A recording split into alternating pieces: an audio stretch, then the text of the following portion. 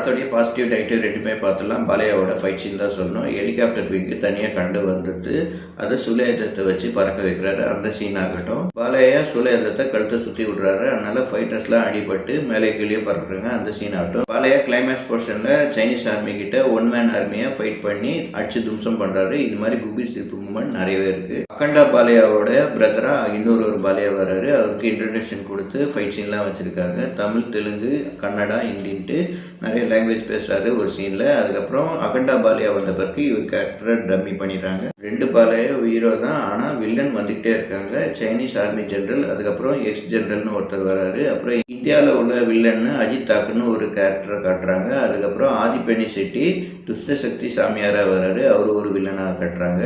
கதை எங்கெங்கேயோ ஆரம்பிச்சு கதை எங்கெங்கேயோ போகுது. வைரஸ்க்கு வந்து பாலையாவோட பொண்ணு கண்டுபிடிக்கிறாங்க. அதனால வில்லன் குரூப் அந்த பொண்ணை தோத்துறாங்க. நார்மல் இடத்துல தான் தோத்துறாங்க. திடீர்னு பார்த்தா பனிமலையாக இருக்குது. அகண்டா பாலையா வந்து ஃபைட்லாம் பண்ணி காப்பாற்றுறாரு. அந்த காம்படிஷன் நல்லாவே இருந்தது. மியூசிக் டைரக்டர் தமிழ் இந்த படத்தில் பிஜிஎம் பண்ணியிருக்காரு. பிஜிஎம் சுமாராக தான் பண்ணியிருக்காரு. ஜெய் பாலையா மாதிரி ஒரு சாங்கை ட்ரை பண்ணியிருக்காரு. அதுவும் சுமாராக தான் இருக்குது. மொத்தத்தில் இந்த படம் எப்படி இருக்குன்னு கேட்டிங்கன்னா லாஜிக்கும் இல்லை, மேஜிக்கும் ஒர்க் அவுட் ஆகலை. பிலோ ஆவரேஜாக முடியுது இந்த அகண்டா 2.